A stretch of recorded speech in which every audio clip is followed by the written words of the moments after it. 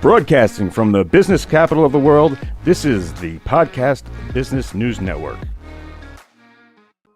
All right, guys. Hey, welcome back. I am joined by the one and only Psychic Dottie. Hey, Psychic Dottie, how are you today? Hello, my dotlings. I'm doing okay. When I was coming in, they asked me, like, hey, Case, are you a dotling? And I'm like, 100% I am a dotling, yes. Aw, I appreciate that. I'm glad you consider yourself a dotling. It's a very open club. Anybody can join. I think we're okay. I think we're good people. Psychic Dottie, all I got you here, tell people who haven't heard your show before a little bit about you, and then we'll get into this awesome topic today, because if you guys didn't hear Dottie's last show, it was awesome. I'd go back in the archives and listen to that one. But Psychic Dottie, tell us about yourself and about your practice and about what you do in West Virginia. Well, I have a YouTube channel where I talk about pretty much all things psychic related, everything from how not to get scammed to how to do some types of divination. I also work as a professional psychic, so you can contact me directly for a reading. I do palms, cards, crystal ball. I read them all. I also do dream interpretation, and I help with situations like the one I'm about to talk about. So you can find my information at DottieThePsychic.com. That's DOTTIE, thepsychic.com. Love it.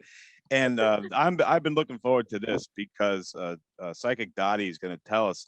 We're going to entitle this one "Psychic Self-Defense," and I'll leave it at that. And I'm going to hand the reins to my friend Psychic Dottie, because I just want to sit back and listen to this story, which sounds awesome. Scary, but awesome.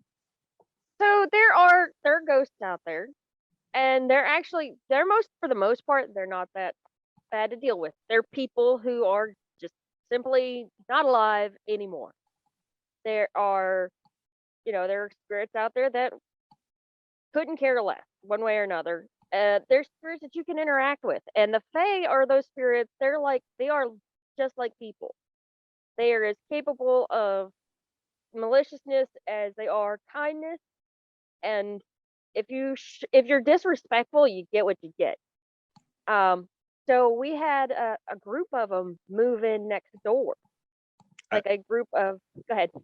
Thanks. I just have to ask one question. I don't mean to interrupt, but when you say that there are spirits that can be mean and can be taken, what if you're just a curious person and you don't know what you're doing? Will they attack you anyway?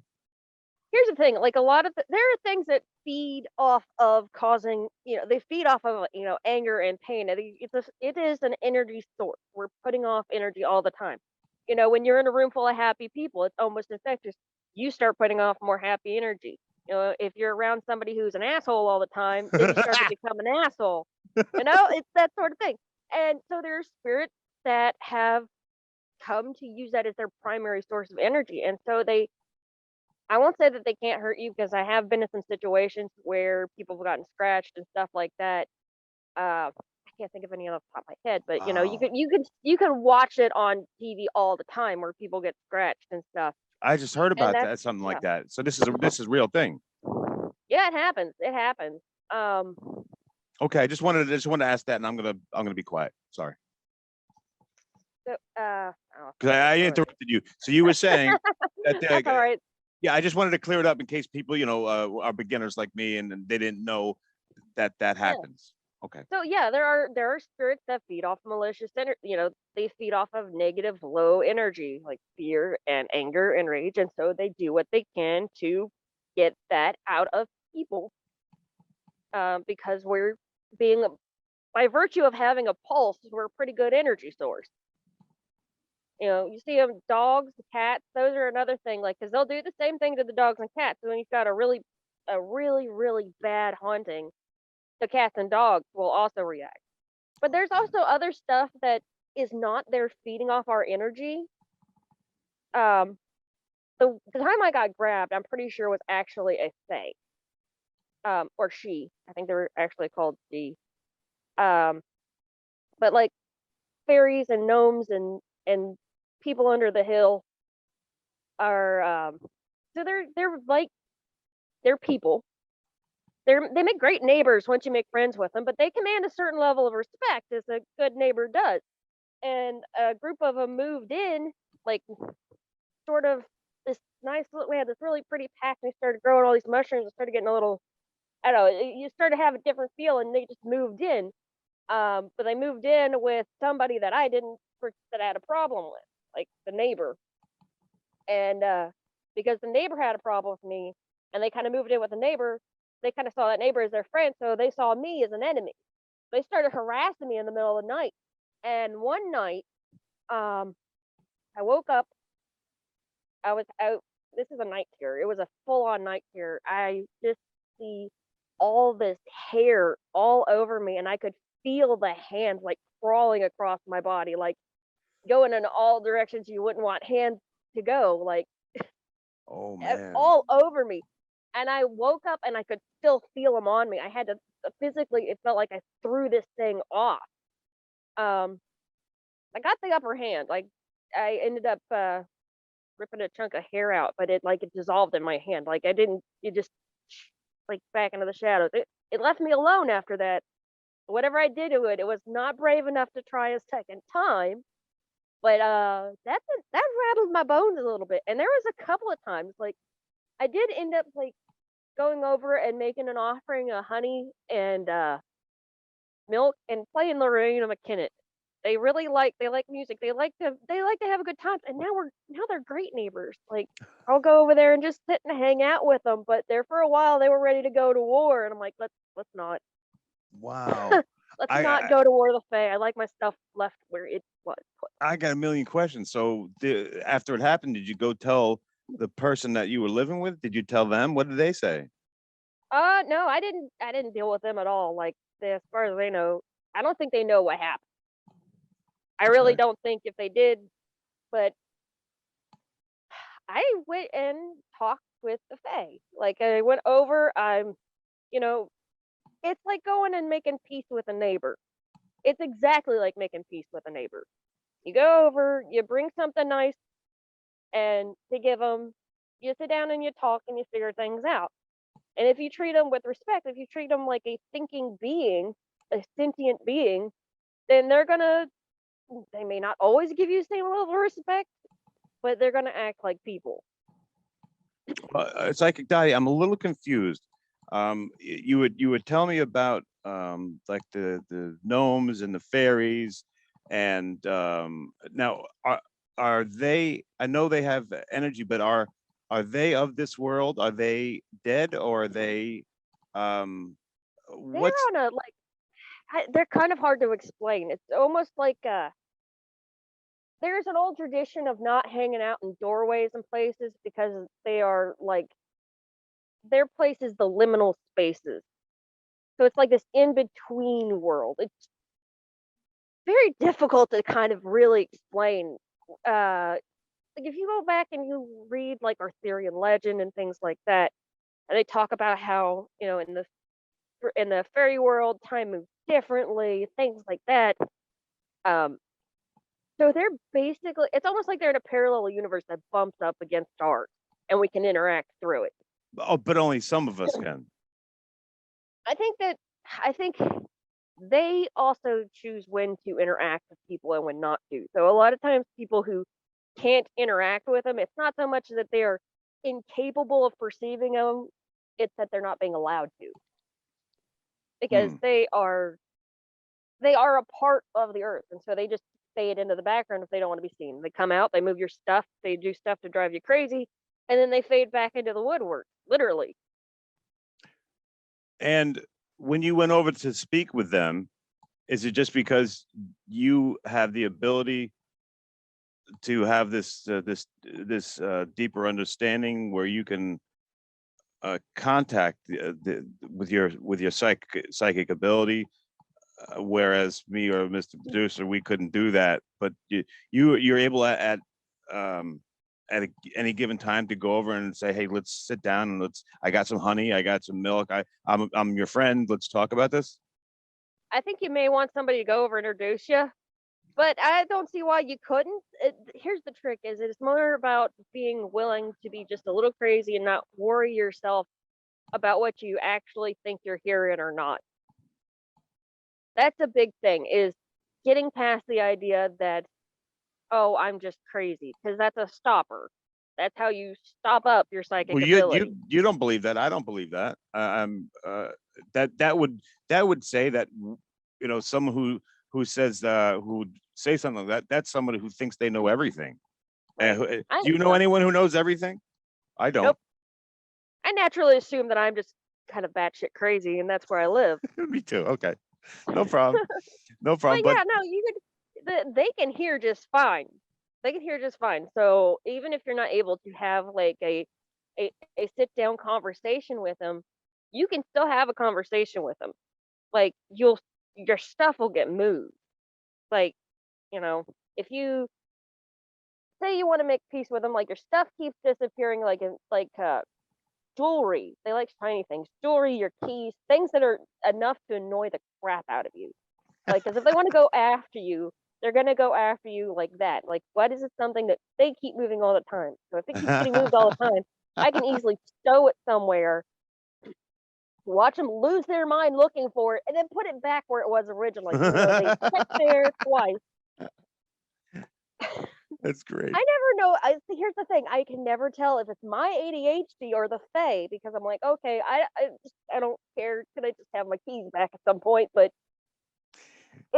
So a psychic Dottie, you're making me think, because I thought I had this totally figured out. Where I have a dresser drawer where I got my underwear, my socks, and my undershirts, and my t-shirts, and sweatpants, whatever it is. Every day they're out and they're on the floor. They're never where I put them. They're always gone. And I assumed I figured it out. It was Merlin's, my cat, who likes to hide in there. And I guess to hide in there, he's got to move stuff around. But then I'm thinking, well, why does everything have to go? Sometimes it's in other drawers. It's not in the same place every time. So could you know say what? that You it's may want to set up some honey I'm and some serious. milk. I might do that because it's annoying. I can't find like my socks and stuff sometimes. Make friends. Make friends with them. You know, here's the thing: if you if you go in aggressive, this is just a natural part of communicating with any That would be person. If you go in aggressive, then they're gonna match you. People match energy. The Fae aren't any different. If you're gonna go in there, if you want to make friends, then go in there with a friendly energy. okay. Apparently, Lorena McKenna, they like music from the old world, I guess. I gotta Um, look that Lorena McKenna. That's so funny. Because I'm like, Merlin, you got to quit this expletive. Please quit doing this. I can't find my socks, Merlin's. But maybe it's not Merlin. Maybe it is Maybe like it's something not happened to Merlin. you. Yeah, it's funny. You say your cat keeps it up in her drawer, and the cats are a liminal creature to begin with. They go in between spaces. You ever know you watch a cat just like disappear. I mean, dogs too. Like if you let a dog run, like it's like they just disappear for a minute. Like you turn around and they're just gone. And yeah, they run fast, but I don't know. My dog especially, it's weird. Like he'll just disappear into the tree line because he's Uh, black, and at night he's just gone. It's called my black streak in the night. You cannot see him. so But it's yeah, like, yeah, psychic Dottie, tell us some more times where you have run into some things that was a funny story, by the way. That was really cool. I like that you went over and you offered a peace giving. I did made friends with the neighbor. Here's the thing, like that is the number one thing you got to remember about psychic self defense. A lot of times, if you consider that all attacks come from a place of pain, if you're being attacked by another energy worker, a living person sending you hexes and spells and things, or a spirit, all those attacks from a place of pain. So I usually try to start there first. That's why I made the peace offering. Go over and try to make peace first. Hmm. From there, I mean, obviously, I obviously have to know how to cast a circle of protection, which the more practice you get becomes way easier. Like I can do it just sitting here talking to you could cast a circle around myself that's pretty Im- sturdy. Impenetrable. They can't screw with Yeah. you. Yeah. To send a reflection, good old fashioned reflection magic. That's great. We'll have to talk about mirrors next time because I'll actually know I'll be on camera and I can dress up. Uh, Well, this has been awesome. So, but I know we're running out of time. So, Mr. Producer, what kind of questions you got for Psychic Dottie? Let's see what your fans have to say. The Dotlings. Brenda in Sacramento wants to know, do spirits pick up on you quicker because of your gift? Oh, that's a good Yes. question. Yes, they do. Absolutely. It's funny because I just watched The Shining last night. I'm like, oh crap, man. It does. It kind of hits you right there. Yes, they do. They absolutely will. But I intentionally put out to the universe that I'm willing to talk to spirits. They notice that I notice them sooner. Things like that. And honestly, like there is something to the auric field. Like when you start to study and practice and become a psychic and become an energy worker, it it shows up in your auric field. And I do think that I know other people pick up on it.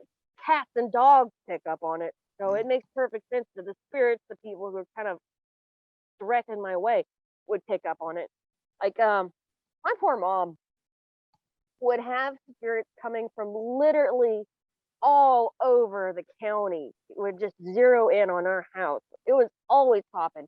And part of that was because they knew that she could help them cross. And it wasn't because they were talking to each other. It's not some sort of random messaging because anybody she helped, they went on to the light. They didn't have a reason to come back. But yeah, like she just shined. Interesting. And I got some of that. I got a lot of that. I got it from my dad too. I don't talk about my dad's side, but he's the one who kind of taught me to how to interact with the Fae. Sorry, I'm working on it. Well, no. So, how was your dad instrumental in your knowledge? He's the one that kind of taught me how to tap into the land. Like he's the one who taught me how to interact with like the land spirits, which I brought up last time. Like the land spirits, we've got one outside our house. He's like a big dog, and he goes and plays with Luther all the time. But they're just, you know, the earth around you has its own energetic signature, and it's almost like there's another world laid on top of this one. And once you start to perceive it and become a part of it, it can have an effect on you. And I forgot where I was going. Your dad. My dad. And so he taught me how to interact with like the land spirits and the fae, and he also taught me how to behave in public and treat people. And so the two are the same thing to me because that's how my dad taught me, which I think makes me a better person. So I'm Yeah. really proud of him. Cool. Well, I bet he was a special guy. He was a peacock of a man. Awesome. Mr. Producer, we got time for another one? Okay, what you got? We have Carrie in South Carolina wants to know, I always see people associating spirits with smells in certain in movies. Can spirits have Yes. smells attached to them? Yes, they absolutely can. Here's the thing. That is a powerful spirit. If it is able to manifest an olfactory response, it has gotten to the point where, because it's funny because there is a hierarchy almost of senses when it comes to spirits. Like if you start out with seeing and hearing, a lot of times like short auditory things, the more complex the auditory thing, the more powerful the spirit. The same thing with the sight. If it's able to manifest, I can't remember what the word is right now off the top of my head, but able to be more detailed and things like that, that's a more powerful spirit. And it's got to be pretty powerful to produce a smell. Wow. And honestly, the more I hear more stories about spirits that are good at producing smells, like people who have been said to see Mother Mary associated with roses and lilies.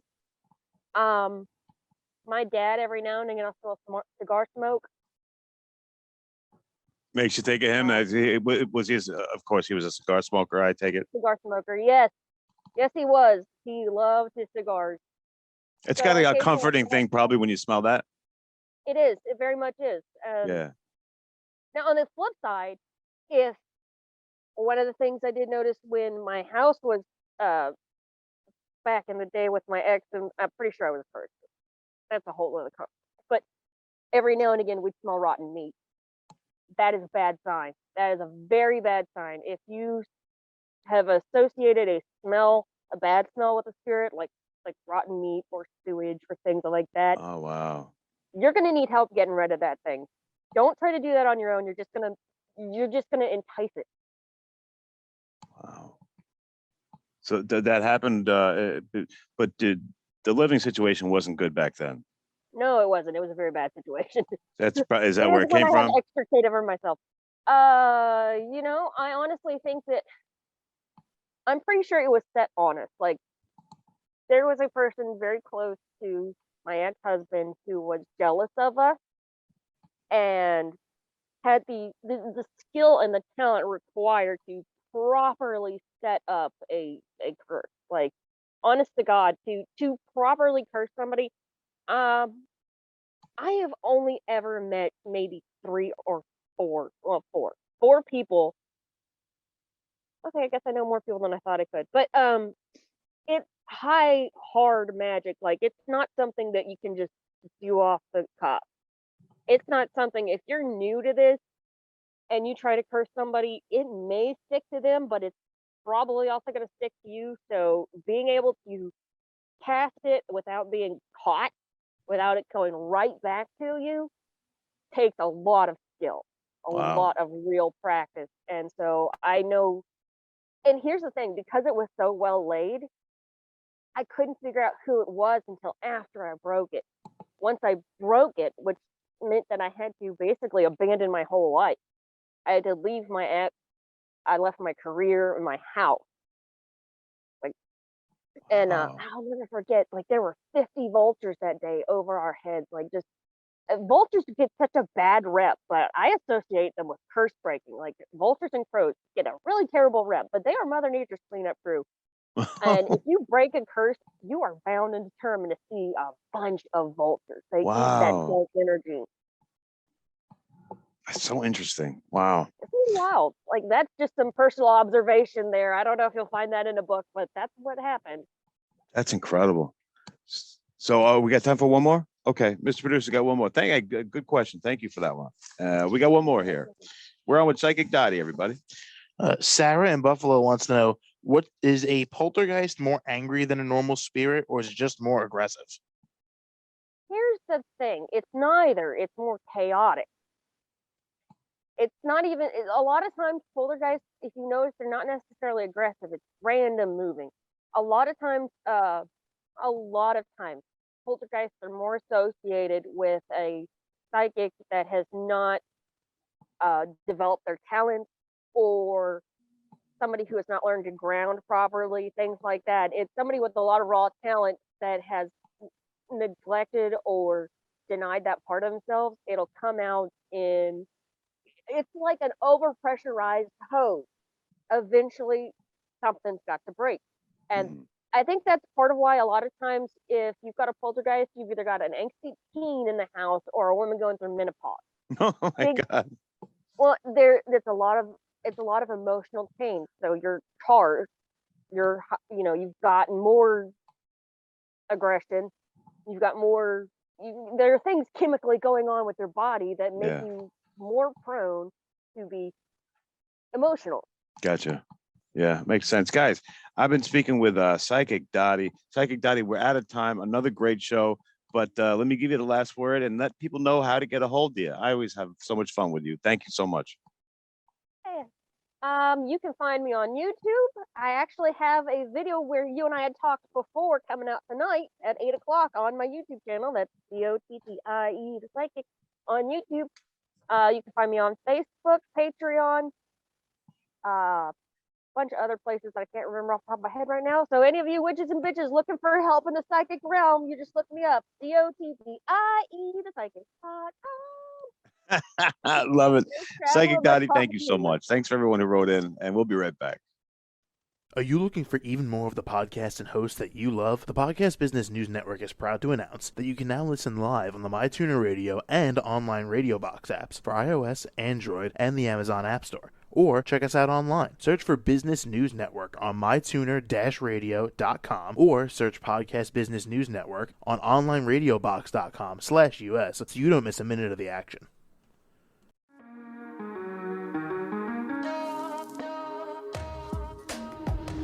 Broadcasting from the business capital of the world, this is the Podcast Business News Network.